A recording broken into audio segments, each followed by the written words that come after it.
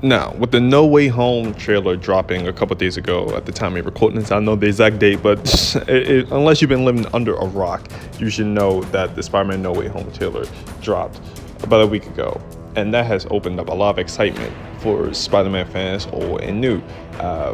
For me, I'm an OG Spider-Man fan. I love Sam Raimi's trilogy, so I'm very excited to see Tobey Maguire return. I know there's some people who are fans of Andrew Garfield, and Tom Holland is going to get probably going to be his biggest role since Endgame and Infinity War so far. So if you're a Spider-Man fan, be very excited. But yeah, and also the return of the OG Doc Ock, William Dafoe's Green Goblin, and a host of other villains. It's going to be a good ride. It's going to be a good ride.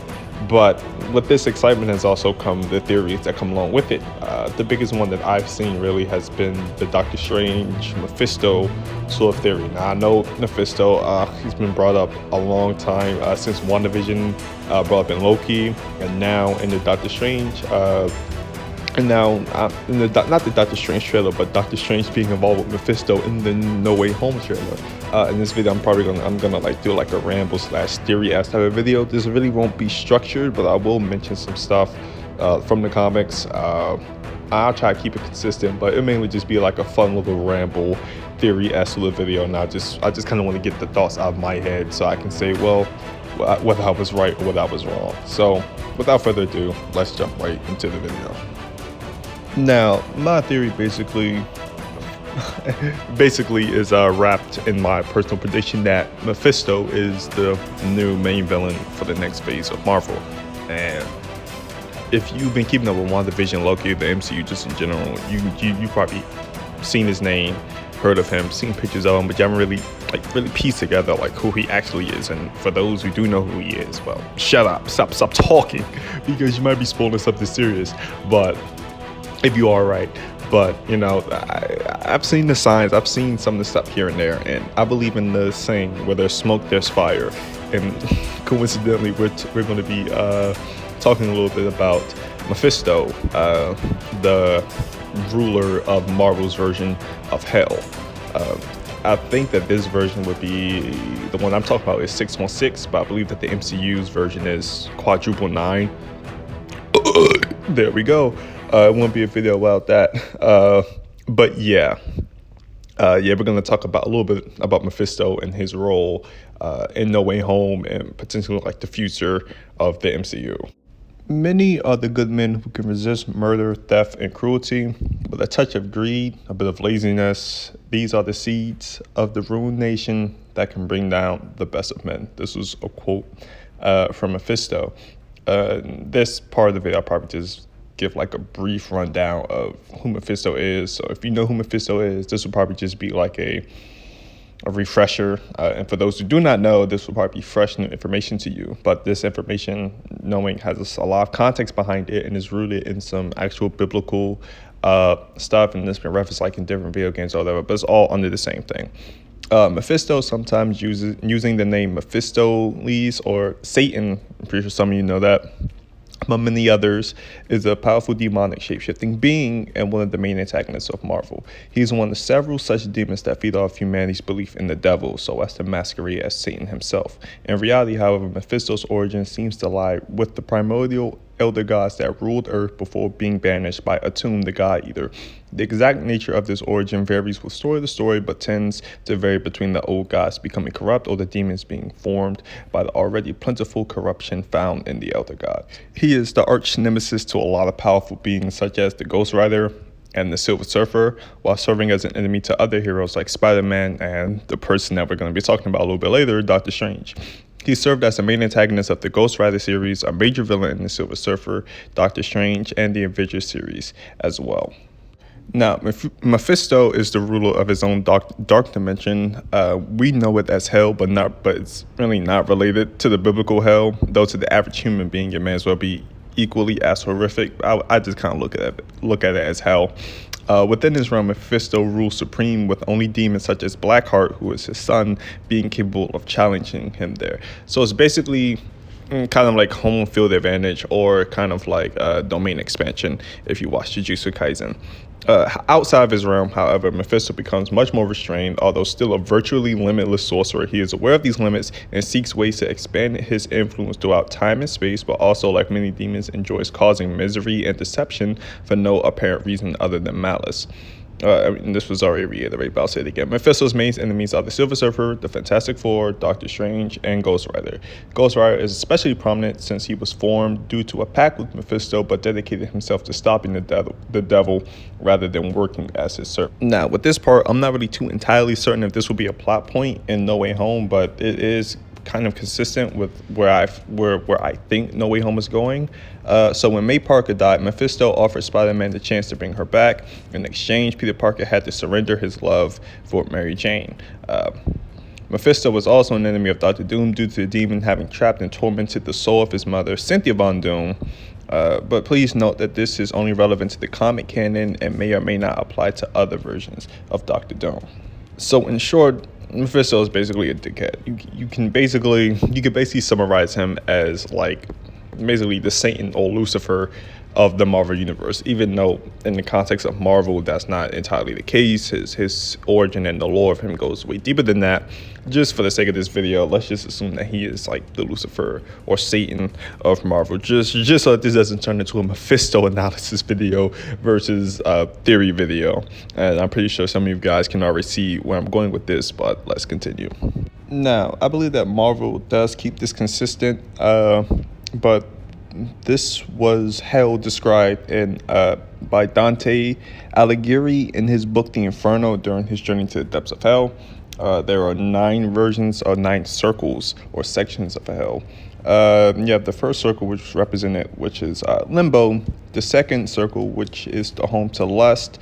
Third hell is for gluttony. The fourth hell is for greed. The fifth hell is for the fifth circle is for wrath. The sixth circle is for it's the home of heretics. The seventh hell is home to murderers. The eighth circle is home to who consciously and willingly committed fraud. But the ninth version of hell is the home of the treacherous, and is the place in which Satan, quote unquote, we know who that means, basically Mephisto resides. Now, for this part, I want to focus solely on the ninth circle of hell. That was, in the way it was explained in Dante's Inferno. The ninth circle of hell is basically a frozen lake, and like Dante's vision of hell in general, the ninth circle itself is divided into rings of increasingly bad sections, with the worst being in the center. I'm assuming that's where Mephisto or Lucifer resides. The people who are sent to ninth circle are people who have betrayed the trust of someone or something close and special. Now, this could be a plot point in No Way Home, or it could just simply be a reference or a callback to Dante's Inferno in the way that he described the ninth circle of hell in relation to the No Way Home trailer, and when we first see our friend Dr. Strange, and when he's talking to Peter.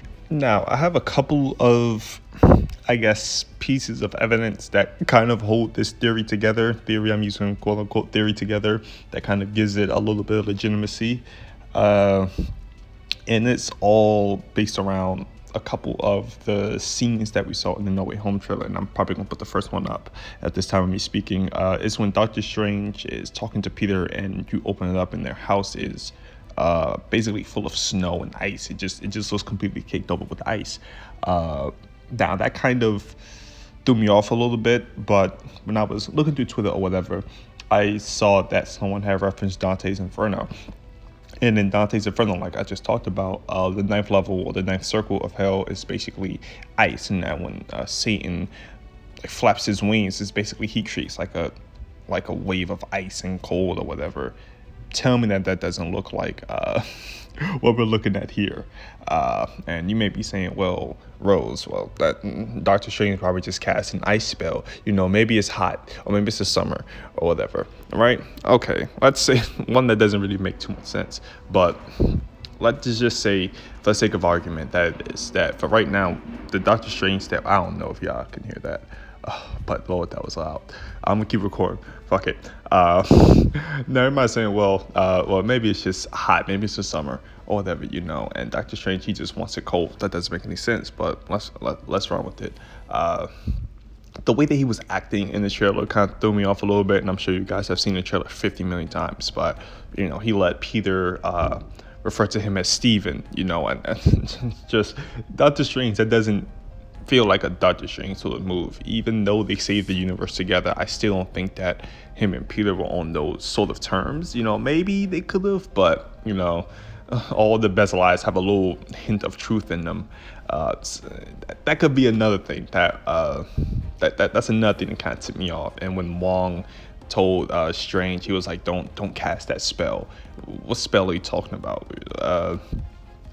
They obviously didn't bring up the type of spell that they were talking about. They didn't go too in depth into it, but we have to assume that the spell that they were talking about was the spell to sort of erase everyone's memories over that. Like, we really don't know what spell Doctor Strange, quote unquote, was casting. So looking at that one little part, you might say, well, what does that really tell you? And I'll tell you exactly what that might tell us. Now, Mephisto and Doctor Strange have crossed hands a lot in Marvel Comics.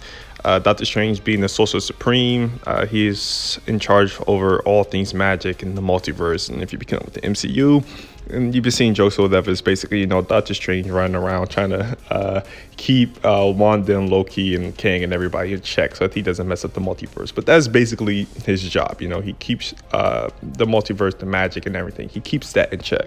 And Mephisto is one of, if not his greatest foe, his greatest enemy, or like they've been involved a lot. So it would kind of make sense as someone who's like Mephisto or like Lucifer or Satan, like just being consistent with their character to be able to shapeshift and knowing the mannerisms of Doctor Strange, knowing how he talks, and also seeing as Mephisto is a very powerful magic user as well. He could manipulate magic at a near limitless level, almost on the level of someone who is the Sorcerer Supreme. So in terms of power and this character and who he is, it's consistent with what he has been shown to do and what he would be able to do, and what I really wouldn't put past him to want to do if it ever were to come to that. Now, the basis for this theory is kind of, I want to say, it's kind of like rooted in a couple of stories. The first one, which is the most immediate one, is the theory is rooted in the Spider-Man One More Day series. When it was released in 2007, it really didn't receive it didn't receive smiling reviews. It was quoted as being as undoubtedly the worst comic Marvel has produced, and a Deus Ex Machina of the highest order. Now, I don't personally agree with that, but seeing as I really don't remember too much from it, like reading it particularly, like the absolute context that went in with it, I understand the premise, and not saying that it was good or bad, but from where the MCU was going, it really feels like this is like the most logical direction that they may take it. Now, for those who do not know the One More Day storyline, I'll just give like a brief explanation as to what happened, so you kind of have a little bit of context and to like you kind of understand where I'm coming from. I'm not saying this is 100% going to happen like verbatim in the MCU, but this is just kind of like giving ideas or like a little bit of reference material that the MCU may use to sort of introduce Mephisto into the MCU. Because once again, this is just a theory. Don't really take this too seriously. It's just kind of like a little hype thing. But the plot, it basically follows. One More Day begins in The Amazing Spider-Man number 544, where Peter Parker's Aunt May is shown slowly dying from a gunshot wound sustained during the events of Civil War and the Back in Black storyline. Peter was forced to ask Tony Stark for financial assistance and then seeks help from Dr. Strange. Dr. Strange then informs Peter that he cannot do anything to give Aunt May her life back. However, Peter seeks the aid of several others, including Dr. Doom, the High Evolutionary, Reed Richards, Mr. Fantastic, and even Doc Ock. Peter even attempts to go back in time using a magical spell without Dr. Strange's approval, hurting himself in the process. Dr. Strange heals his wounds and sends him on his way, encouraging him just to be by Aunt May's side at the time of her. On the way to the hospital to visit Aunt May, Peter is confronted by a little girl who says that she holds the answer to his problem. Peter then tosses the little girl, who runs off. While running after her, Peter encounters a group of men and a woman in red, informing that these are alternate versions of himself from alternate realities where they never became Spider-Man. The woman in red transformed into the demon Mephisto, who tells Peter he can save Aunt May, but as payment, Mephisto wants not Peter's soul, but the history of his marriage with Mary Jane. That same day, Peter and Mary Jane are given until midnight the following night to decide their answer, and after several hours agonizing over the choice, they agree to the deal, as long as knowledge of Peter's secret identity is erased from the entire world. And as you know, Far From Home, we all know the story. Mary Jane also whispers to Mephisto another unspecified offer in return for Mephisto putting Peter's life back exactly how it was, and, quote, giving him a chance at happiness. Finally, Mephisto reveals to the couple that his disguise as the little girl was in fact their future daughter, May Parker, but she will never exist because of their choice. Mephisto then changes history so that Peter and Mary Jane were never married, and no one remembers whose face is underneath Spider-Man's mask. Peter wakes up alone in bed, once again living with Aunt May. He goes to a party, being held for his best friend Harry Osborn, who was previously thought to have died in Spectacular Spider-Man issue number 200, who introduces Lily Hollister and Carla Cooper. Afterwards, Peter views Mary Jane sadly leaving the party. The comic storyline ends with all the guests toasting a brand new day. Now, coming from a Marvel's fan perspective, using Mephisto as a way to sort of erase Peter, kind of like people figuring out his identity, I guess you could say, and that was sort of a cheap way to do things. But it kind of got the job done, I guess. But I guess if you want the story to be good, you want it to do more than just get the job done. But I believe that with this story and another story, which was Dr. Strange's Damnation storyline, and that was like another 4-part series where he's captured and tortured by Mephisto, and a host of other heroes have to come back and do a whole bunch of other stuff. It's a good read. I recommend reading it, but it does play a part. And I believe that the Damnation storyline might play a part in Doctor Strange 2, the Multiverse of Madness with Wanda and all that. But I don't know if I'll make that another video. But yeah, no, I highly recommend that you read the Damnation storyline if you kind of want to, I guess, have a hint into what may happen in the Multiverse of Madness. But once again, I'm just rambling. But yeah, I could see why people may think that this is bad, but with the multiverse opening up, if you've been keeping up with the MCU lately, WandaVision, Loki, Kang, and all that, all these Nexus beings basically revealing themselves or coming into existence, I guess, quote unquote.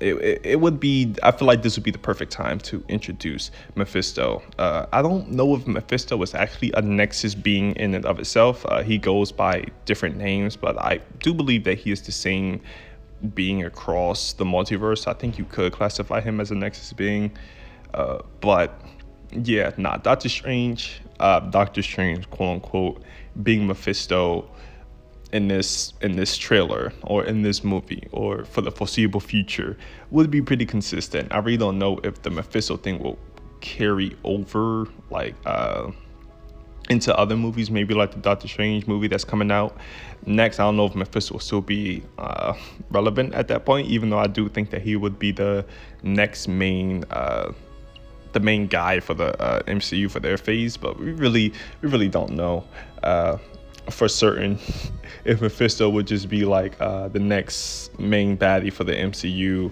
or if he's just like a stepping stone into something greater, maybe like Galactus or something. But I'm getting ahead of myself at that point. But yeah, I guess just to wrap my whole little theory up, I don't even know like what I'm gonna call this video, but to wrap my little theory up in a nice little bow, I do believe that the MCU is going to be following the One More Day storyline, but it might have some events, or we might be feeling some of the lingering effects from the Damnation storyline, where Mephisto sort of caught Doctor Strange cheating in a game of Brimstone Blackjack, and he captured and tortured him, and he left him in hell.